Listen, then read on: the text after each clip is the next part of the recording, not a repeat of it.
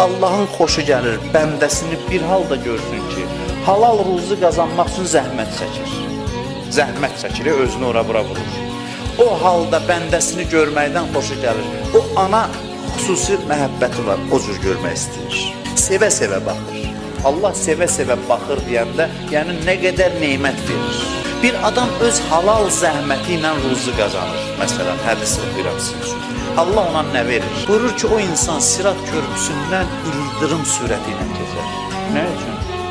Qarnına çörək yiyib, zəhməti ilə qazanıb, oturub çörək yiyib.